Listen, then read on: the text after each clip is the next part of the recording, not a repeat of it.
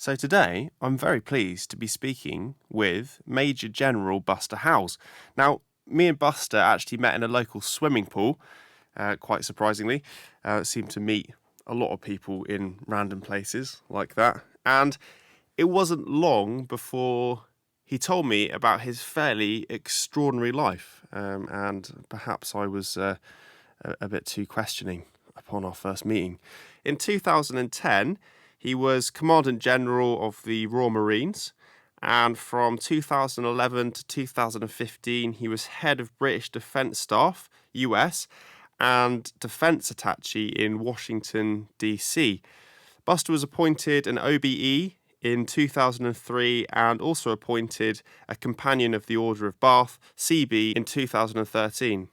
More recently, Buster worked as the CEO for Here Be Dragons, a commercial-philanthropic company dedicated to the sustainable development of Principe, which is a remote island lying just off the west coast of Africa. And while working with Here Be Dragons, Buster actually devised and delivered an incentivised exchange process, removing over 600,000 plastic bottles from the island. And these materials were recycled and repurposed to reduce waste and leverage the island's economy. Buster has lectured and taught all over the world at military colleges and universities, including Oxford, Stanford, and Harvard Business, on morality, ethics, leadership, and resilience. Among other things, he's a painter, poet, mountain guide, collector of tribal rugs, charity worker, and gardener. Buster has been resuscitated 3 times and has struggled with what he describes as some enduring and very dark nights of the soul. He freely admits that he has made a litany of mistakes in his life, but he has learned a lot from them. He has thought hard about how to respond to stress, upset and failure, how to live with uncertainty, how to figure out what has value, what really matters, how to thrive in a fast-changing and unpredictable world. So I hope you find this conversation as interesting as I did, and here we go.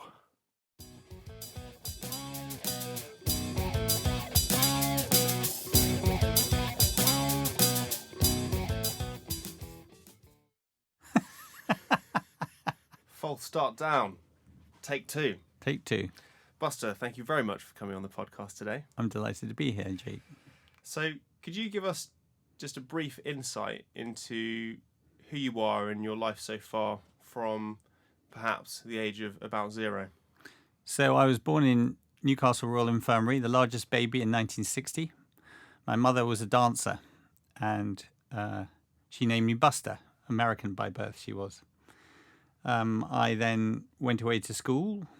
My parents travelled around the world. My father was a serviceman, and ultimately went to university in York and subsequently did a master's degree in London. And for 34 years, I was a Royal Marine. What did you study? I studied chemistry, wildly misguided thing. I hated it, every minute of it, but saw it through just. And then I studied international relations. Yes, I joined the Corps, the Royal Marines, for 4 years without any great evangelical zeal. And it was good to me and for me. And I worked on the basis that if I did 2 jobs which I didn't enjoy, I'd leave. And I never did. So the brotherhood of the shared ideal and ordeal, the thing that held me there was the fact that it was an environment of belonging, purpose, trust, authenticity, and belief. Belief in? Belief in a cause, in a great idea, and belief in a group of people who were very cohesive, who would die for one another. So a form of transcendence? Or... Yeah. But I was always unconventional. And there was a point during my service where, for a multiplicity of reasons, including the loss of good friends, I sort of stood back, and rather than trying to be something I wasn't, I thought, well, I will be who I am. And counterintuitively, because people see the armed forces as being very doctrinaire and very orthodox and very inflexible, it was actually a very broad kirk, and the more authentic I was, the better I got on. And then after that, I did various things. But I also ran a company in Africa, which was sustainably developing an island in the Gulf of Guinea called Principe, which is an utterly beautiful place. It looks a little bit like Jurassic Park. And when people visited, I would mischievously point to the cloud mist above the high hills and say that on a clear day you could see the pterodactyl. And quite often they would believe me.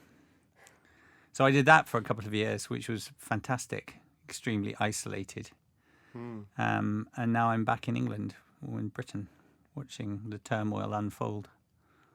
So that's probably enough as a pen sketch. I have 3 daughters, and I've been married twice to my shame. I never planned on being married twice, but I was. So now I'm on my own. So you were Commanding General of the Royal Marines. I was. Yeah. When did you serve that role? 2010 to 2012 and a bit. Yes. And during that time, I also helped run the Navy, and I ran the counter-piracy operation in the Indian Ocean for the European Union, and I had a commando brigade in Afghanistan. So, yeah, it was an interesting, busy job. And the last job I did was to manage the relationship between Britain and America in terms of defense with the Obama administration. In D.C.? In Washington, D.C., which was interesting. We dealt with everything from Iran's nuclear weapons to the awful barbarism in Syria to the Ebola outbreak. So I think at one stage we were managing 7 major international crises simultaneously. So interesting times at the sort of higher political strategic level. What was the track like into becoming general? What does that like? What does that consist of? What does it look like? A lot of luck, I think, in my case. I think nobody's more surprised than me when I ended up as a general.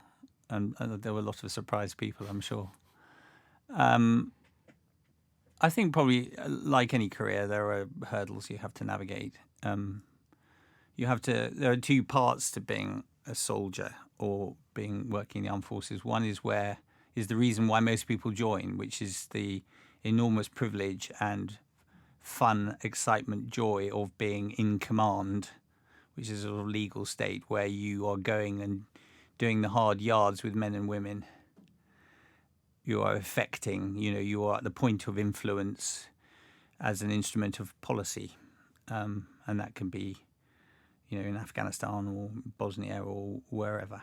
And the other bit is where you are essentially in a supporting function because it's a large, complicated bureaucracy which requires logistics and thought and planning and all the rest of it. And so there are 2 halves, and you go through your career and have to pass a series of sort of management hurdles, which are known as staff colleges. So I managed to negotiate those with reasonable success, and then through enormous luck, commanded at every rank operationally. And it was luck. And in a funny sort of way, if you get a chance, you happen to be in the right place at the right time, and you go away and you do something and you're moderately successful at it, people think, Buster can do that. And so you then get another chance. And if you don't fumble the ball, you get another chance. And so, my career was defined by hanging out with the boys who were remarkable. Marine, there's a joke that says Marine is an acronym for muscles are required, intelligence not essential, and nothing could be further from the truth. And if you get stuck in a snow hole in the Norwegian Arctic, and I spent 15 years, 4 months of the year there during the Cold War, and you're snowed in at -30, and a conversation breaks out, they'll talk about football for 3 minutes and maybe talk about girls for 3 minutes, and then they will talk about everything from Ikigai to Western philosophy to... Ikigai being the Japanese meaning for your purpose. Yes. Your the diversity of... 47% of them are educationally qualified to be officers, which is rather sort of odd comment, and the balance of them, probably squandered their education just through not really recognizing its importance. So super clever, thoughtful people. And practically very clever, spatially aware. Yeah, And, often extraordinary athletes as well, casually representing, their county at 5 different sports, or, being able to stand and land a backward somersault on skis, or, their casual physicality was always astonishing as somebody who's not particularly coordinated. I'm resilient, but not very coordinated. Anyway, so what are some of the, if you were to reflect back on some of the, say, principles of your climbing up the ladder in the Royal Marines, what were the kind of general traits, personality traits or behaviours do you think that helped you to get there, apart from luck? I think we live in an age which somehow or other has embraced the myth of talent. So even very talented people, whether they're Beyonce or, I don't know, think of a popular entertainer or a writer, they work. They're conscientious. They grind. Yeah. They grind. So application, however unglamorous, it's about doing 100 things 1% better. It's about being not forensic, but being rigorous. It's also as I became more experienced, I recognized that war is fundamentally a human endeavor, which is about will. And for example, there's a debate going on currently about the Taliban, and President Trump has just decided he's not going to meet them. But they've been fighting for 40 years, and the reason they've been fighting for 40 years against all sorts of people, the Russians, NATO, you name it, and still aren't beaten, is because they don't choose to believe that they're beaten. And so I don't think it's particular to the services that the success is about people. And so the more senior, odd phrase, but the more sort of influential I became, the more time I spent on people. There were lots of clever people around me to worry about other things. And leading people and inspiring people and enabling people to meet their potential. My mum used to say, it's actually, I can't remember who it originally coined the phrase, but you need to give your children 2 things, roots and wings. And roots is love, support, unconditional sense of being sort of understood and supported, and wings is confidence. And there's enormous, the challenge of life is unlocking people's talent. Performance is potential minus interference. And the trick is not to get in the way. It's to set the context and to enable. And so much of success in leadership and in management and in dealing with people is about trust. And trust is paradoxically both the glue and lubricant of life.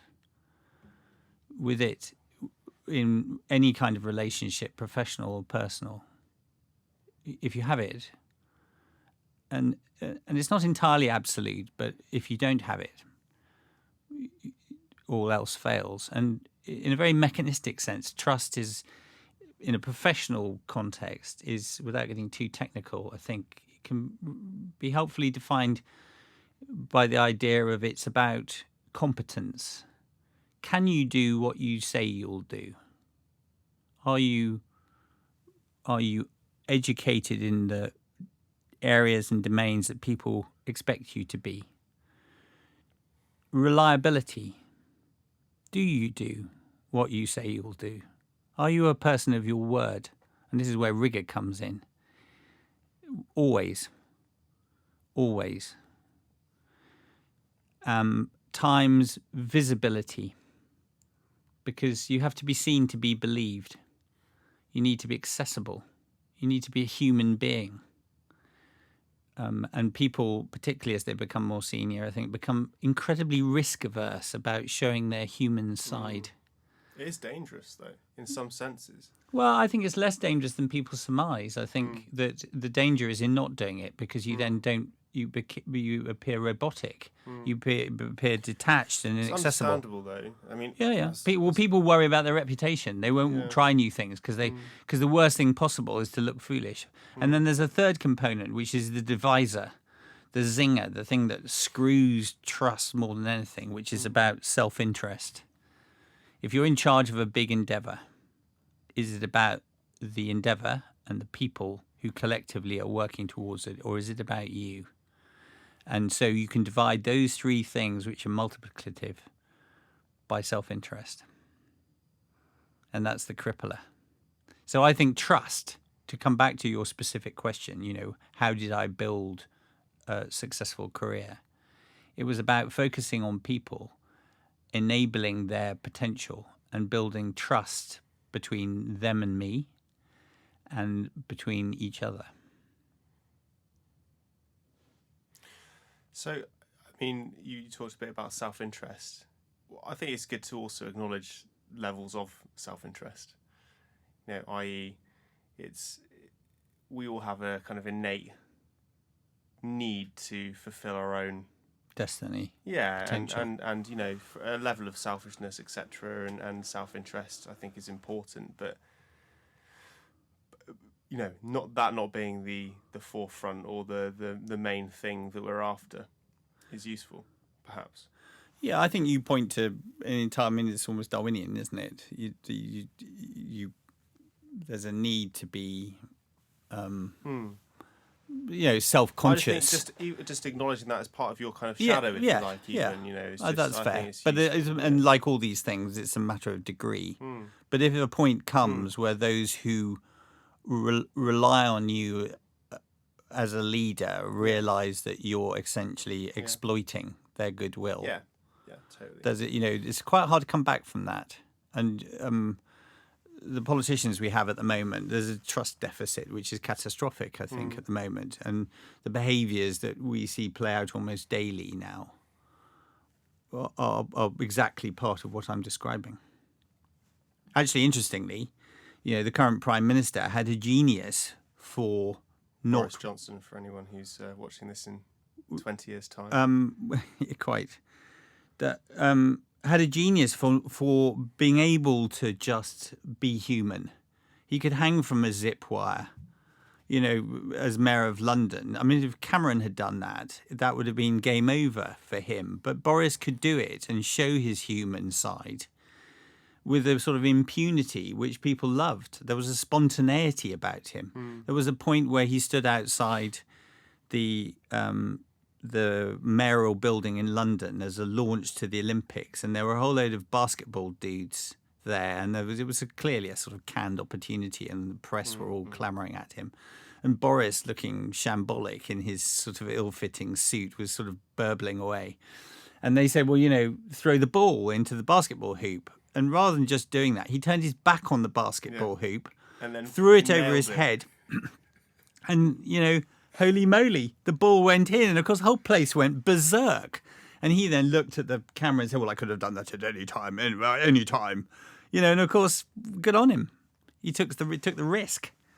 Risk. Ibsen said there's a certain risk in being alive, and if you're more alive, there's more risk. Who's Ibsen? Ibsen was a philosopher of the turn of the last century. So we've talked a bit about your professional backgrounds. I've heard you do talks and obviously know you personally. Me and Buster met in a swimming pool in Crediton, just got chatting whilst doing some lengths, completely randomly. Never talk to people in swimming. Moral of the story is never talk to people in swimming pools. Unless you want to be on a podcast. Quite the same. So, I know a fair bit about you from our discussions, and I've been to Exeter University when you've talked with the business school, and there's a lot that we haven't mentioned, and as this is a podcast about wellbeing, mental health, share as much or as little as you want. What are some of your experiences with poor mental health, or however you would rather phrase it, and kind of how have you learnt to manage those things, and what are you doing currently, and what have you done in the past to help you to overcome issues? Big question.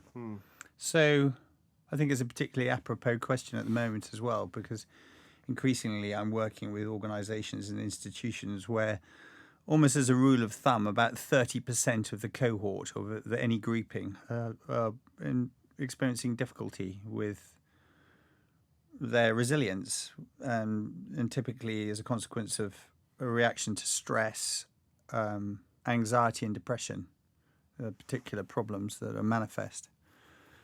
And so, I've spent a lot of time thinking about resilience. My interest in it, I came from a rather chaotic family. So my mother was wonderful, but my father was not. And so I learned quite a bit in an unfortunate way as a small boy about living in jeopardy. Let's come a bit closer to that. And my sister, I have two sisters, and one of my sisters, I was the youngest of three, 26, committed suicide, which came as quite a shock. She was sick, she was schizophrenic. So I spent a lot of time trying to hold her hand in my 20s and before. But the fact that she hanged herself was unexpected. So I was obviously attuned to that, and it was quite, as you would expect, a significant moment. And then, as a consequence of going on operations, my generation relearned some of the difficult lessons our grandfathers well understood, and indeed our fathers understood from places like Korea, and coming to terms with death, which is really difficult. And then watching soldiers, the British government, like all governments, spends billions and billions of pounds winding people up to fight and go on operations and to operate in the most difficult, anarchic and stressful of environments, but very little money helping people unwind, decalibrate. And I think the term PTS or PTSD, post-traumatic stress, which is, the brain trying to reaccommodate to what has been described as the long littleness of life, has been degraded, I think. It now can be applied to anything. Somebody sneezing too loudly next to you on the bus,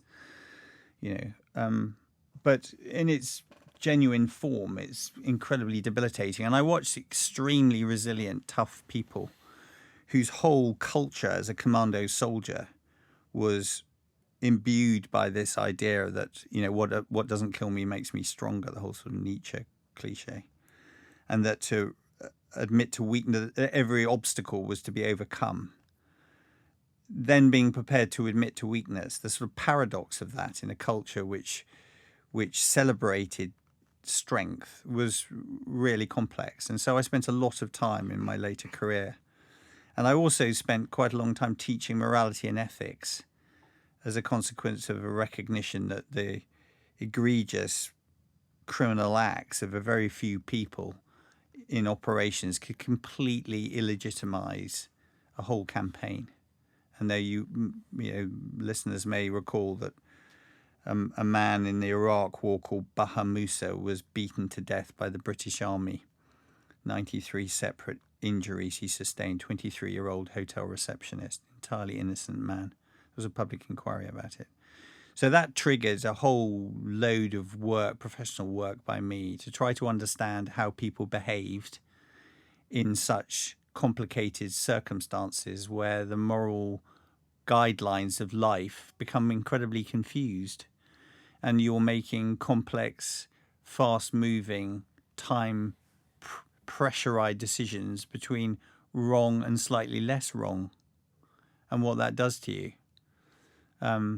So I then ended up by teaching in America at Harvard and Stanford and various other universities around the world, including Oxford, as visiting them to sort of help to shed light on these subjects.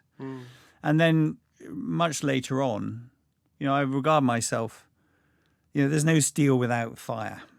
And after my sister's early death, I sort of almost consciously sought out environments which would test me.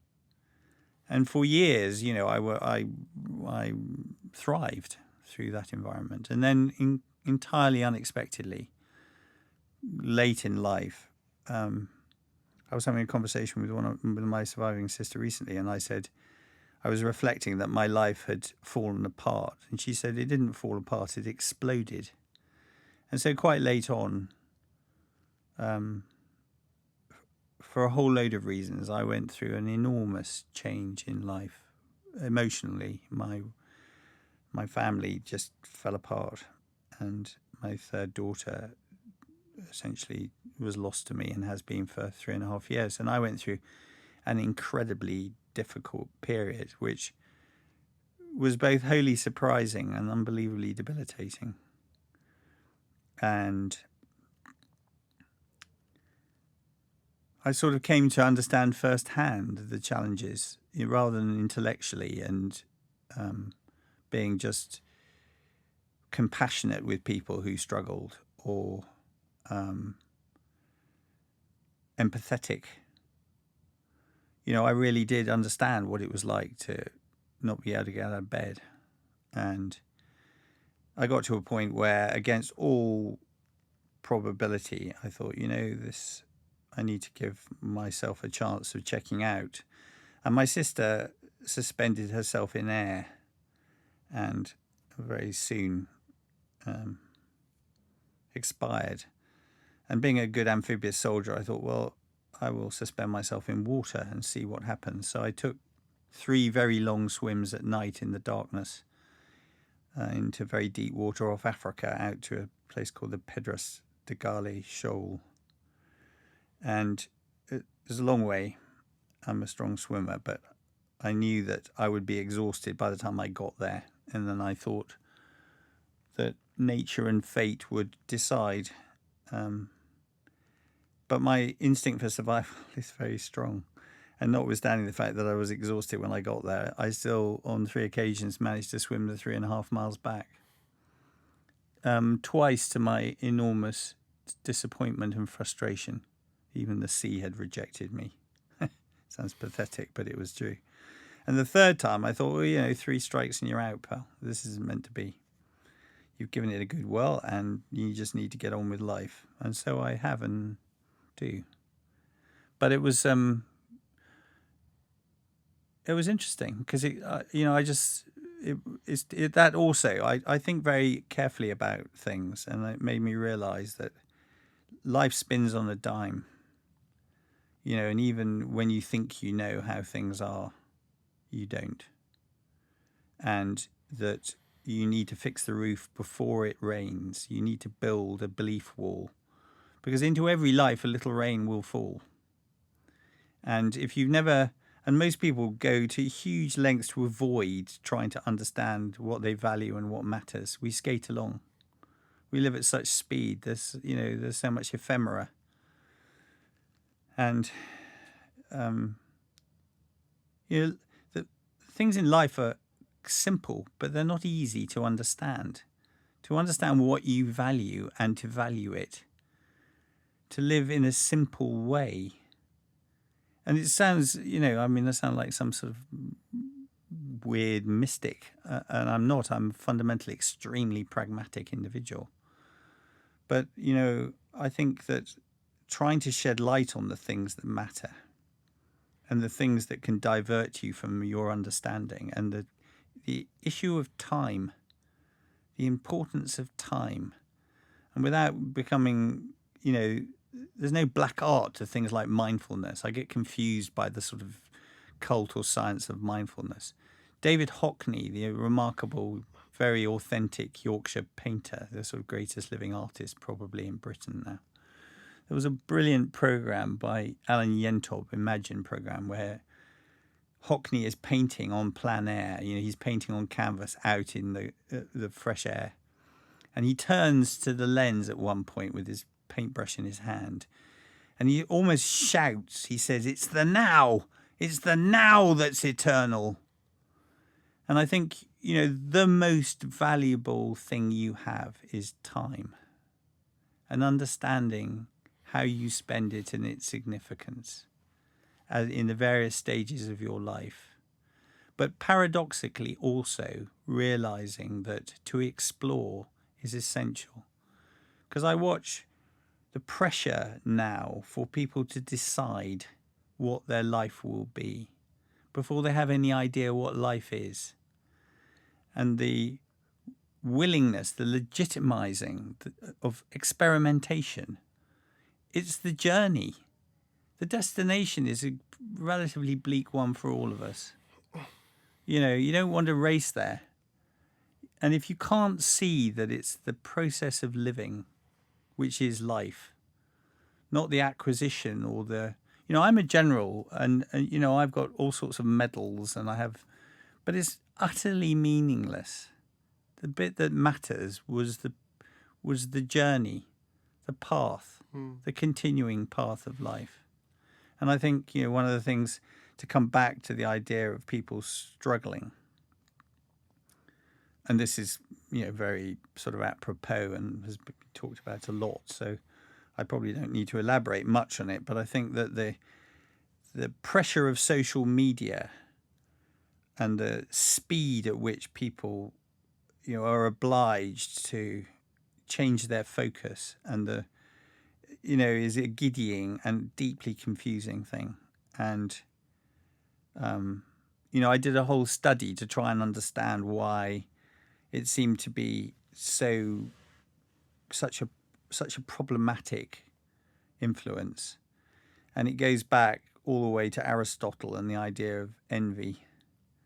And this business of curating your lives and comparing your life, of a lack of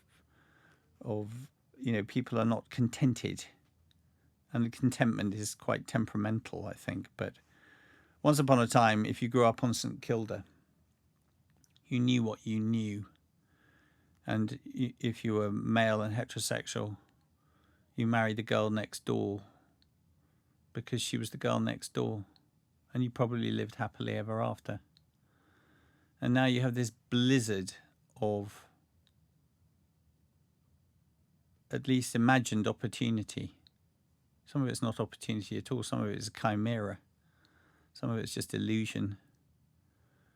It's a mad fairy tale, but it draws people in.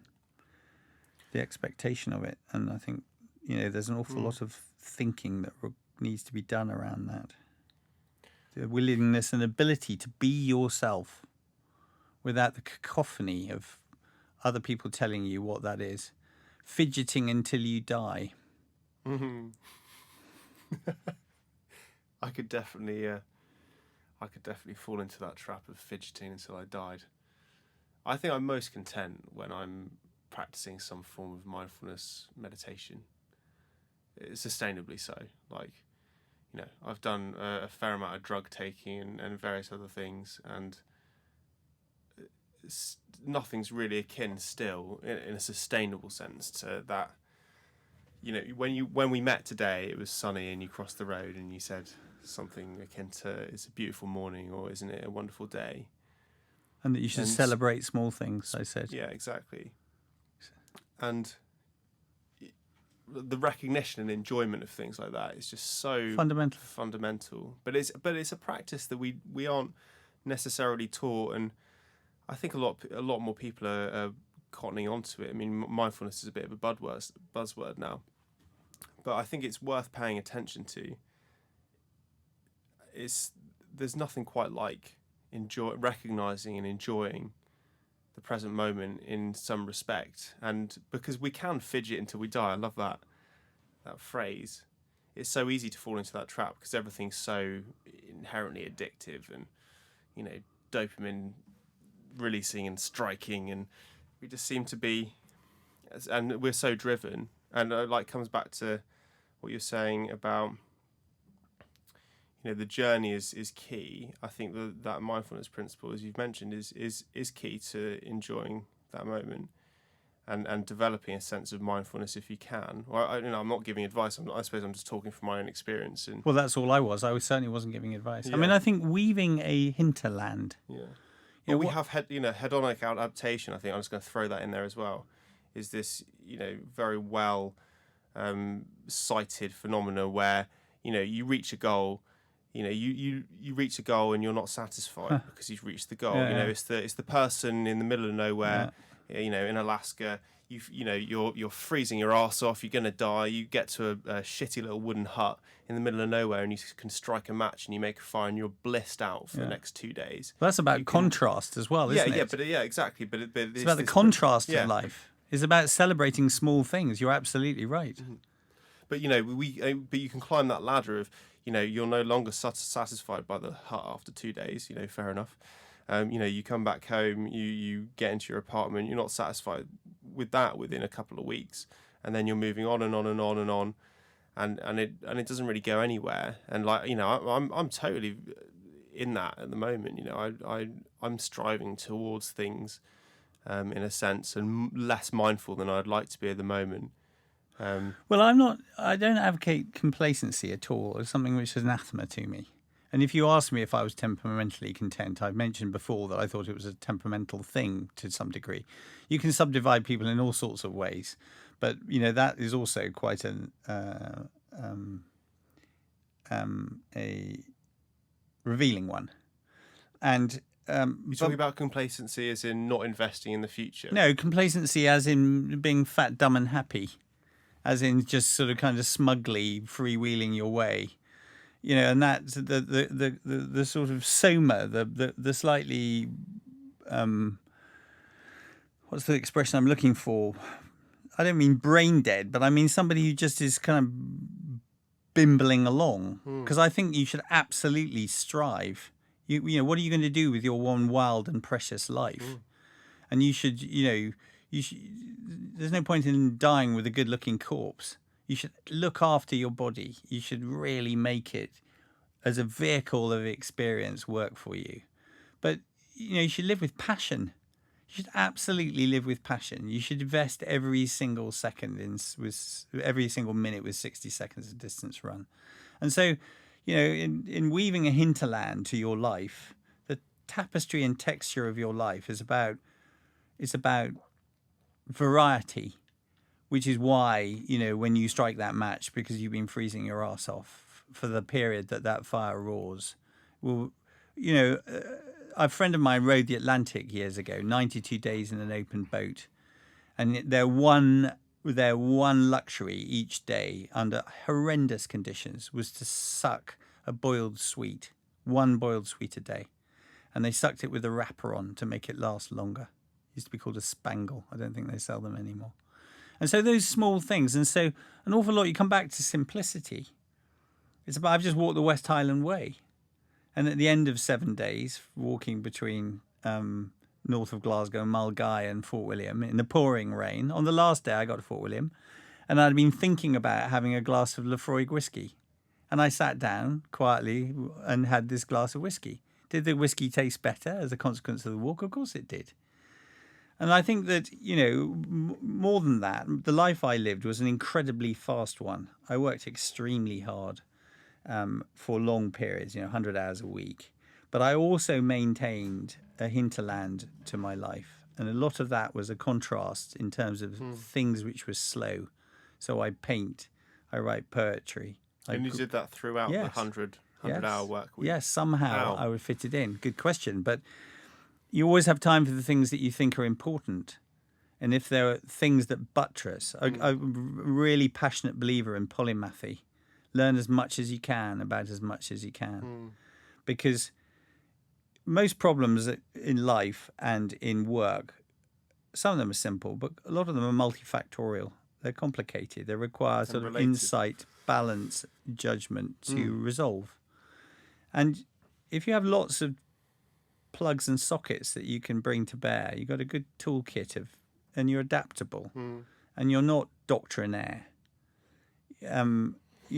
when I was a Royal Marines mountain leader, and the 8,500 people in the Royal Marines and about 150 mountain leaders. So it was a 15-month course, and it was hard, and it required a lot of people.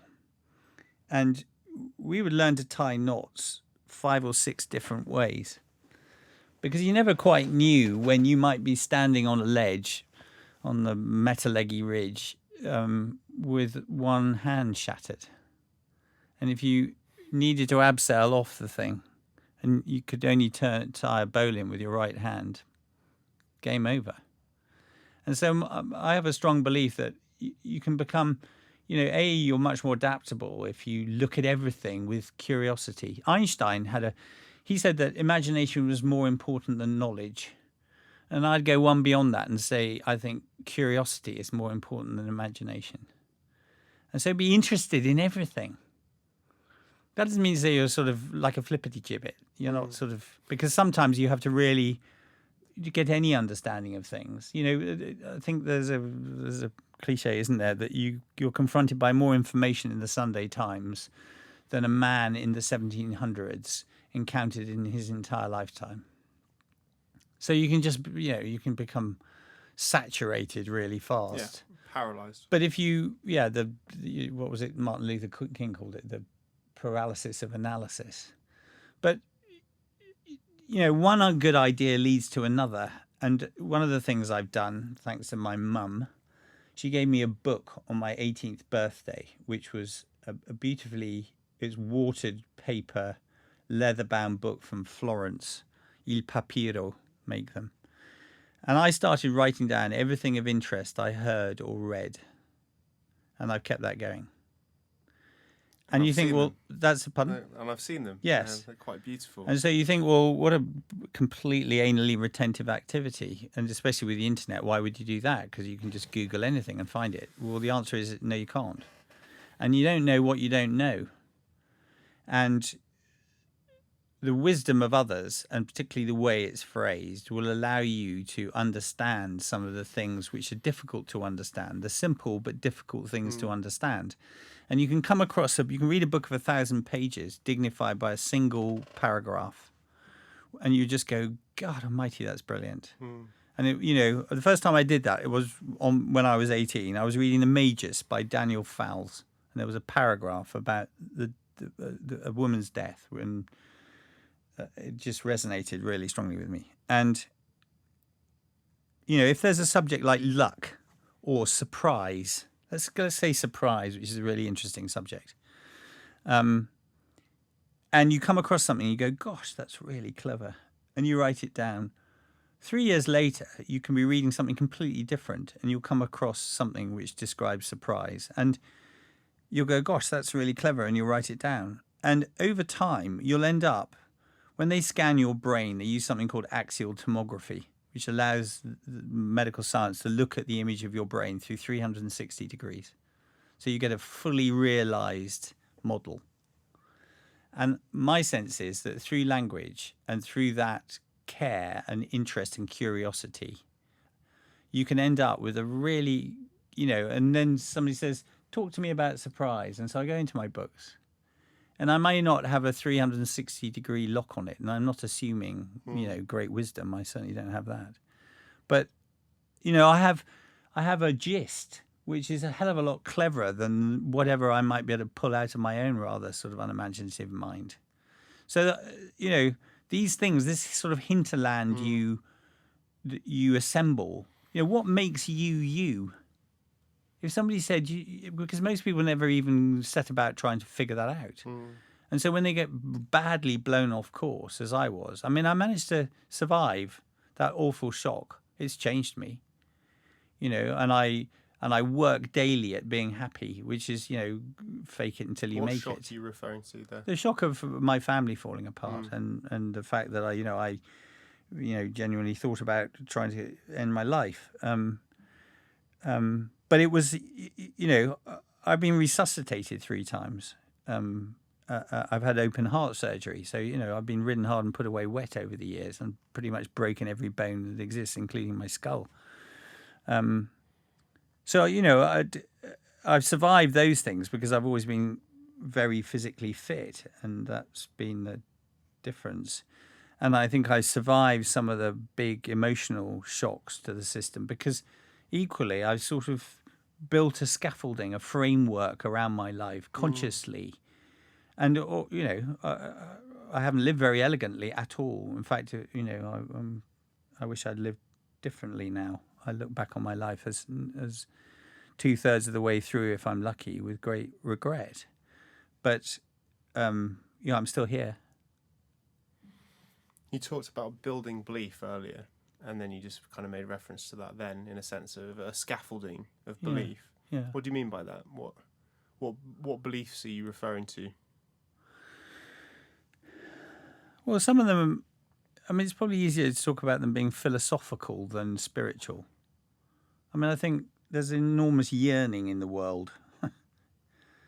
People don't really know what to believe, and there's so much current talk about, post-truth. What do you believe? Who do you believe?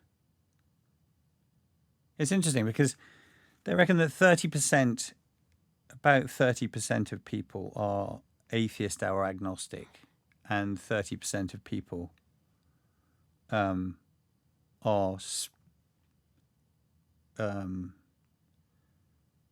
would categorize themselves as spiritual. It begs the question what the other 30% are, 40%. But if you talk to particularly young people who will, and more, the spiritual aspect of life is much more now knit your own.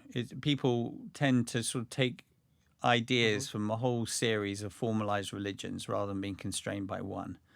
And they assemble what makes sense to them. But that takes effort, and I think is an important thing.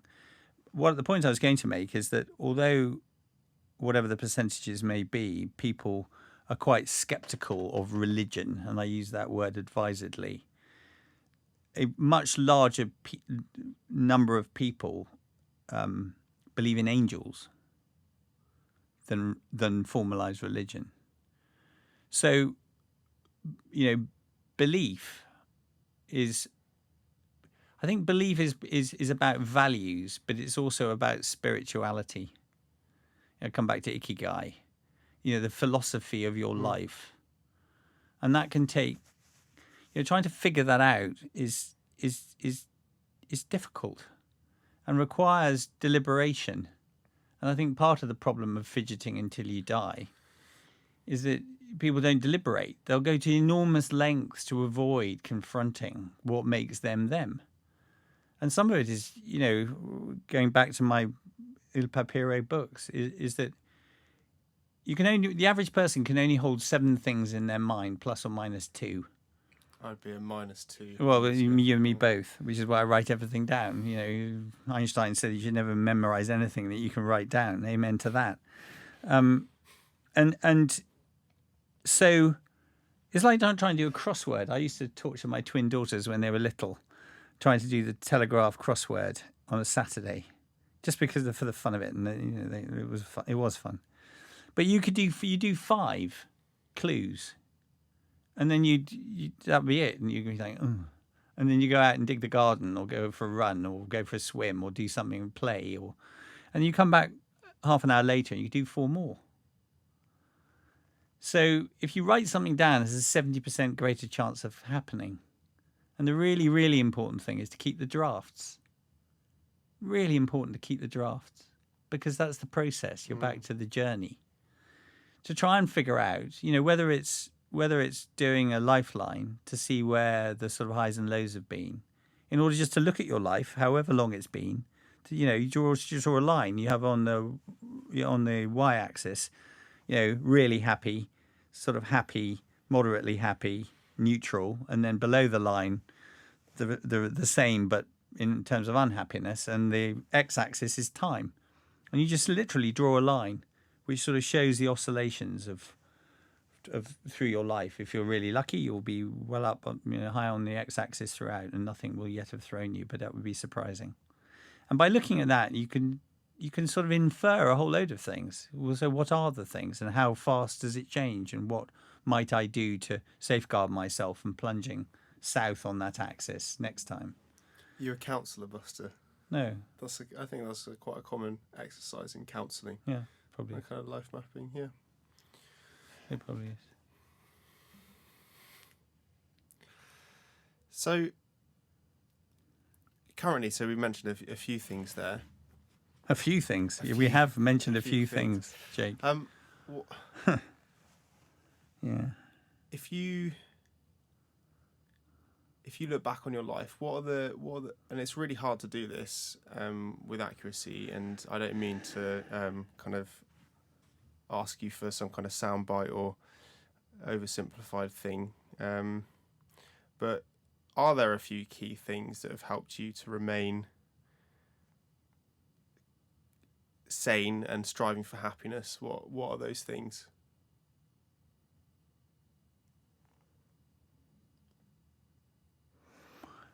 I think essentially I'm optimistic. Is that a natural thing? That's a good question. Is that something you've developed? Yeah, is it hard wiring? Hmm. I think some of it's hard wiring. Hmm. Probably from an early age. But my early age wasn't very propitious. It wasn't very, it didn't necessarily foster that. But I think, so much of life is about choice. It is your life. It's for you to decide how to live it. And you can either be morose about it, or in the face of all hardship. It's extraordinary how you'll come across two people from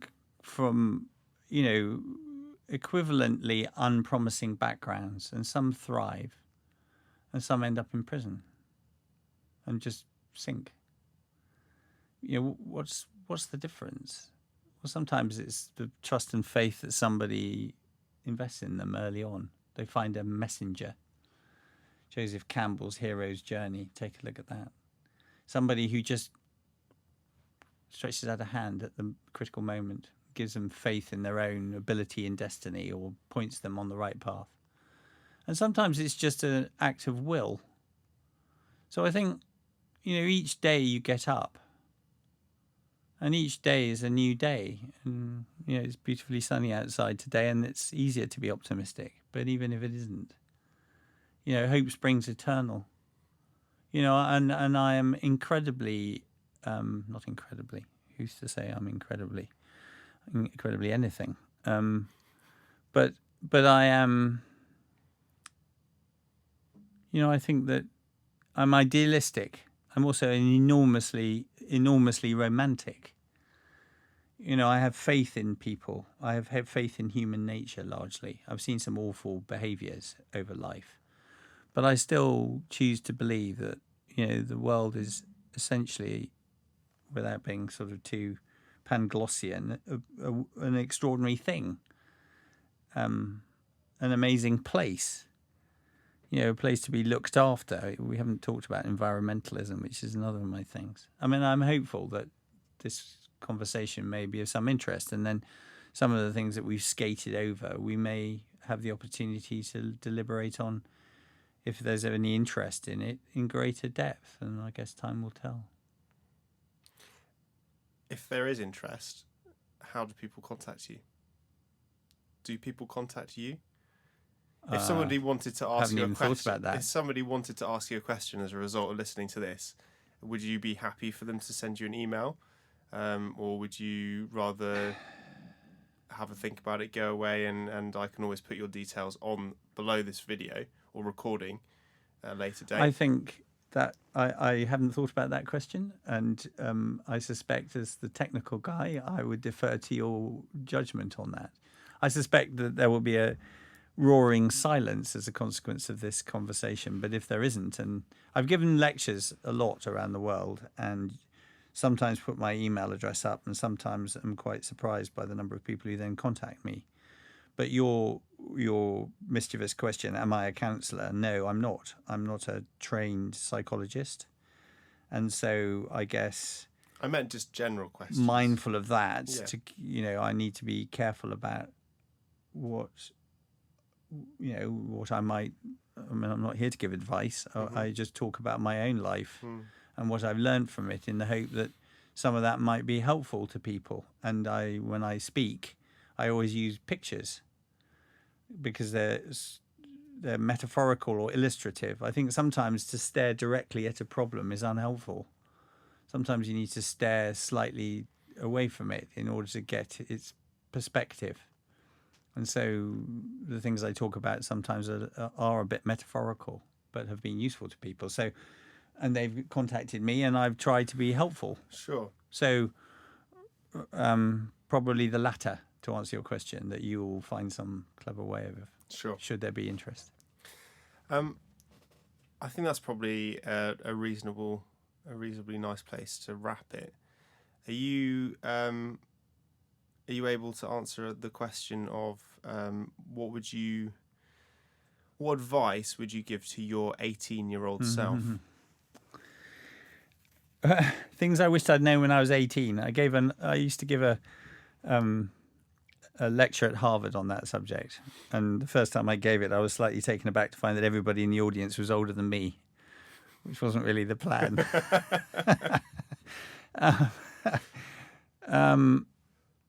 I guess the biggest thing to my 18-year-old self was something that I've already referred to, which is experiment. I think somebody once asked me what I wanted to be, and I think there's some genius at the age of 60 in saying, well, I haven't worked it out yet. This business of the journey, because I think you will audit moments in your life as you go through it, and if you're fortunate, you will get 80 years and 10 or more, where doors close. And this whole FOMO, fear of missing out thing, the sort of terror of committing to anything, because by committing to one thing, you're sort of axiomatically closing your options in another, which is just bonkers. But, there's an issue of sequencing in life. You can't do everything simultaneously, but a point will come where you, reluctantly or otherwise, conclude that you're not going to be an astronaut. It just isn't going to happen, even if you wanted to. I think, and people think, I was talking to somebody recently who was describing the fact that too many students at Exeter University are there for reasons that they don't really understand, quite often as a consequence of their parents' expectations rather than their own. Mm-hmm. They do a random series of A-levels or whatever it might be, and then find themselves, like I did, studying chemistry with no idea why they're doing it. And then they end up working for an accountancy firm because that is, they do this sort of milk round and they've got to get on the corporate ladder. You're going to find yourself climbing the corporate ladder. Make sure it's leaning against the right fucking wall. Because you get to the age of 40 or 50 and the reason people's lives fall apart quite often at a certain point is because they suddenly look at their faded and noble existences and think, what am I doing? It doesn't make any sense to them. So don't be in too much of a hurry, or by all means be in a hurry. But don't. Whilst you commit to what you're doing with energy and enthusiasm and passion, be open. Look at, keep your peripheral vision open and be bold and brave enough to change tack. There was a period in the 80s when there was this huge debate about whether people wanted to be or to have. And the antidote, trying to figure out the antidote to materialism and the fact that people get sort of tied down by the stuff and aspiration, the whole sort of Thatcher's dream and getting a mortgage and getting on the property ladder and blah, blah. And now we live much more in a sort of society which seems to be more interested in the experiential side, which in many respects is good. I think, good, well, in my very humble view, it seems to be closer to the path of living a satisfying life. As long as it's not the sort of turbo-driven, FOMO-enabled experience of Instagramming your food and fidgeting until you die. That it's if somebody else isn't observing it, it has no value idea of experience. No, experience is about you. It's not about laying down some complex tapestry of social media to validate you. Because one of the things I used to say to my daughters when they were incredibly self-conscious growing up as young women, and you walk into a room and the sort of the fear of somehow standing out, the reality is that most people have no interest in anything but themselves. And they'll forget about you in 3 seconds. They're not interested in you. And so without being arrogant and without being sort of boorish and living aggressively or truculently, I mean, I'm not advocating a lack of consideration for those around you, but it's not actually worth worrying too much. But the 18-year-old wisdom would be more than anything to just try, experiment, be brave enough to try things. It's the things that you don't do in life which cause you greatest regret. I think that alongside some self-evaluation, i.e. having some sense of what your values are and what your goals and aspirations are, so you can say yes and no to the right things. And documenting it. Totally. You're back to this writing it down. Yeah, totally. Yeah. It needs to be a ritual. If you write things on scrappy bits of paper, they evaporate. Life is too fast. You have to make hence these books. The reason I still have them all is because they're beautifully made. They are resilient, so they haven't fallen apart. And they sit on a particular bookshelf at home. They're there. And because my handwriting has changed over the 700 years that I've been alive, I have a sort of a sort of painter's mind where I visualize what my handwriting looks like when I wrote that, whatever it is I'm looking for, Dover Beach by Matthew Arnold. And in itself is a really interesting, I mean, we haven't spoken about language and how you capture ideas in language and the power and value of that, and the power and value of writing your own thoughts, of thinking about how you frame and phrase them and how that can crystallize the way you feel and think. That's a whole different subject. My mental health seemed to decline this summer, and I wasn't feeling particularly great. And I actually ended up. I could feel that. Yeah, I ended up referring myself to TalkWorks, which was previously the depression anxiety service, and sorry to hear that, mate. No, it's fine, and well, it's not really. Well, that's my way of pushing it off and not going into too much detail, but I'm happy to go into detail. But what I had an initial appointment with one of the guys at TalkWorks, and within about 5 minutes, I said, because they do a very standardized block of 6 sessions of CBT, cognitive behavioral therapy. And I was like, well, I really want to explore some deeply philosophical, existential things, because that's what's causing my kind of angst, really, in lots of ways. And I also want to self-actualize. And when I'm not in a state of self-actualization, when I behave in ways which aren't necessarily in accordance with my values or my progress as a person, it really fucks me off. I feel very, whether it's pretending I know something when I don't, or I seem to have a very deep fear for seeming unintelligent in like something that repeats massively. And don't think you need to worry about that. Various other things like that I really want to work through and I want to get better at. Yeah. And I, from the age of about 17, 18 maybe, after feeling very low and, at the time not really thinking I was going to make it past my... I always had this number of 19 in my head. For some reason. I had 32. Did you? Okay.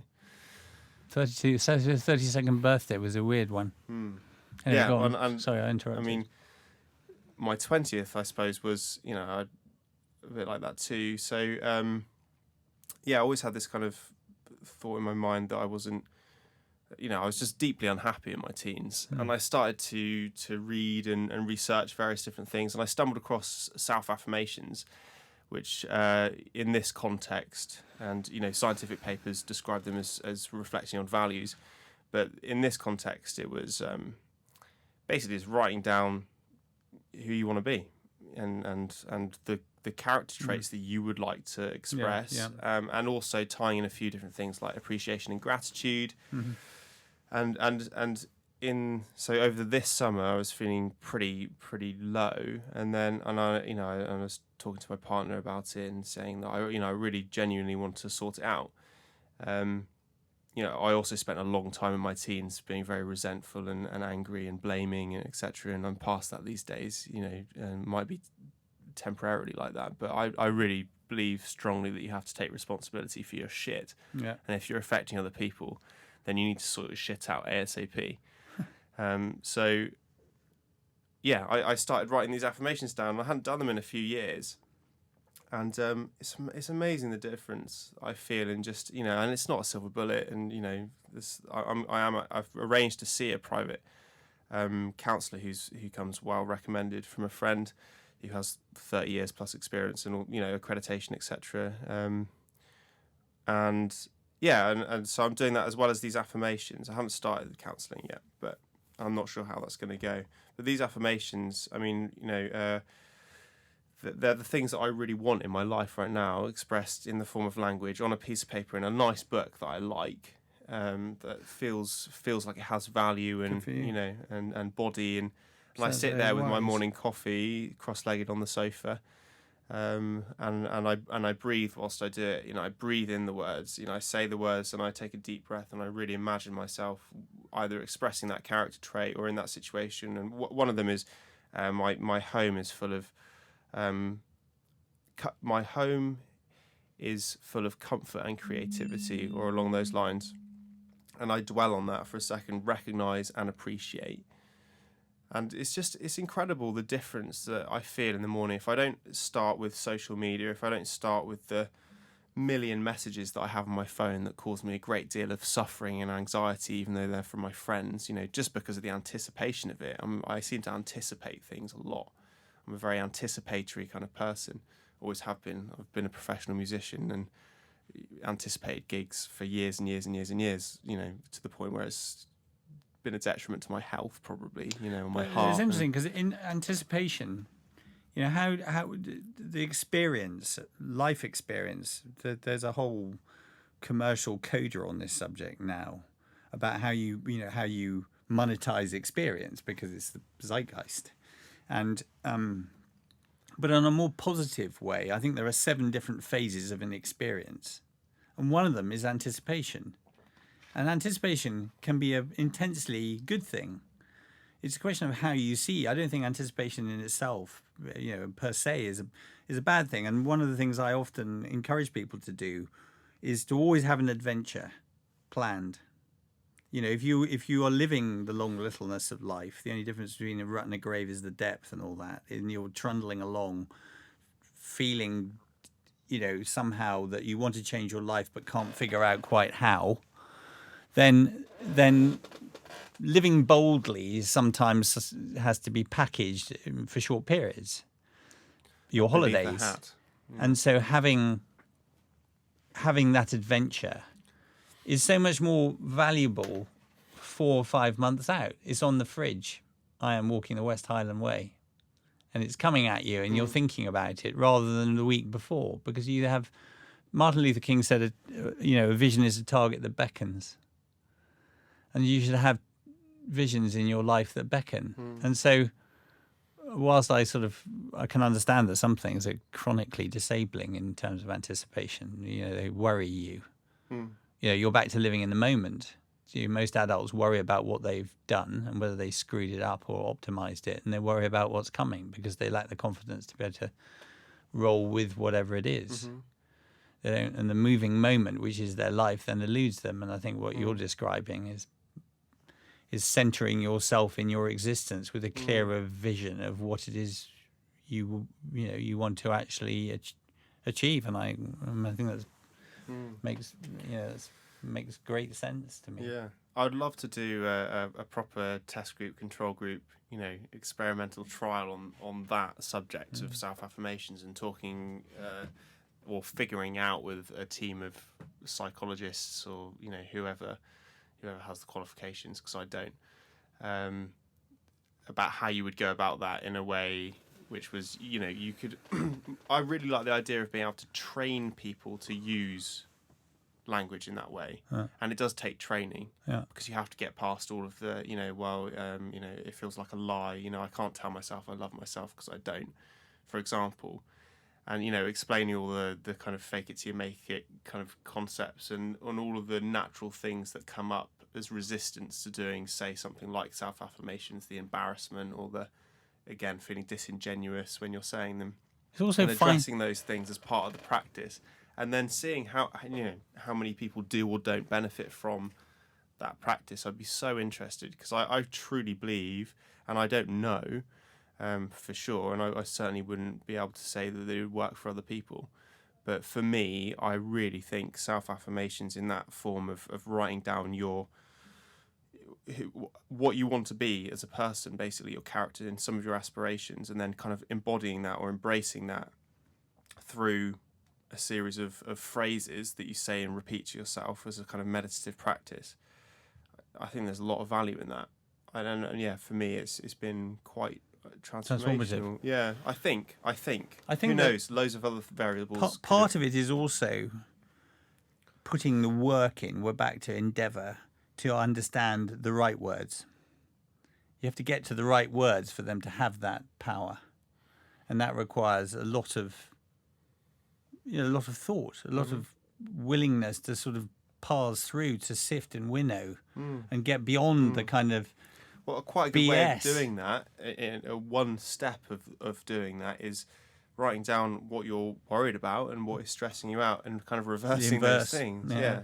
And sort of never kid a kidder either, because people can quite easily just, you can go through the motions of these things and they have to have an authenticity. There's one other thought that you triggered, which is the idea of celebration. One of the things I was bad at, and actually my second wife was good at sort of forcing me to do it, was that you lived so fast and at such speed that it was on to the next thing always. You never stopped to celebrate the small achievements that you had managed. You didn't have a tangible. If you were going to build a belief wall, if the wall on this studio somehow or other tangibly manifested the things that you were proudest of, symbolic. I'm a profound believer in symbolism. So it is such a powerful thing, symbolism. I'm a little bit like a witch. I collect. My house is full of. You've been to my home, and it's full of all sorts of strange things. But I collect. It's quite spectacular. I collect feathers. Yeah. Why? Because there's something about them. I picked up a magpie. I've just started collecting magpies' feathers, the iridescence of magpies' feathers. What on earth is all that about? But what you're back to sort of. If there was a fire in your home and there were 10 things that you could walk out of the door with, what would they be and why? And what do they symbolize about your life? What do they say about you? And if you put them on the wall as celebration. I feel really strongly. I take lots and lots of photographs. It's like painting. It requires you to look at the world more carefully. You're less casual about the way you look at things. Unless you're doing it purely for social media likes. Quite so. I don't have a social media account, so that's not a problem I struggle with. But there's no good them sitting in digital files. You just don't. That's it. It's like shooting the old days of having video camera and shooting endless film which you never looked at. So in your belief wall, and this is analogous to the idea of having words which motivate and move you. I'm a great believer in images as well. I used to. When my children were little, I bought them all the same camera as a family. We all had the same camera. And we would have a competition each year to take the most significant photograph. And the judge was an external judge. And we used to have a special frame in the kitchen. And the person who was the Victor Ludorum that year of the most significant photograph would go up in the kitchen for the year. And so I think there are lots and lots of ways of trying to frame the things that matter to you in life. And it's back to being elliptical. Sometimes it's really difficult. Why is art so powerful? Because it speaks to you, and you can't always take it head on. You can't always find those words because it's a journey. What does elliptical mean? Well, roundabout. It's a sort of circularity to it. You can't nail it down. I mean, I think poetry, your own poetry, is really useful because it can nail things down and requires you to be rigorous in the way you express and define things because you have few words. Powerful poetry has few words, and each one has heft and measure and relevance. But images, similarly, I put things up on the walls a lot. I stick them to the fridge because for some reason they resonate. And over time, they'll come down again, I think. It's like choosing babies' names. You'll have some vast enthusiasm for Algernon. And you'll think, yeah, that's it. He's definitely going to be called Algernon. And you put the name on the fridge, and after about a week, you go, what? You're having a giraffe. And so it's back to this, you get to the truth through sifting. You very seldom have a eureka moment, an epiphany, which is why the journey, why the process of it is as important, is as revealing as that sort of sense of growing confidence and clarity that actually if there were 10 words that defined the things that made Jake, how, the 80 in the periphery, which had been the root to those, would be as important. We were going to finish about an hour ago. We're going to have nothing else to talk about, so perhaps we should stop. Perhaps. Well, I could happily talk for hours. I'm thinking that we'll probably get kicked out of this room at some point soon. But no one's come in, and we're running half an hour over. So I think How long have we been going? I've got no idea. An hour? It's More. 1 o'clock. It's 1 o'clock. It's 1 o'clock, and we started at 11, so 90 minutes. 90 minutes. Yeah, it's not. Well, so that's long. a big old bite, isn't it? Yeah. Shouldn't we stop there? People are, if they're going to get bored, they're going to get stupendously bored. Well, then they wouldn't be here. Right. They wouldn't be following us now. So if they're still here, they're probably interested. There'll be a part 2, I hope. I hope so. I mean, my original thought when we talked about this was that if there was any interest, we would then do a series of much shorter talks. But what would be really useful, I guess, is if people are interested to watch this,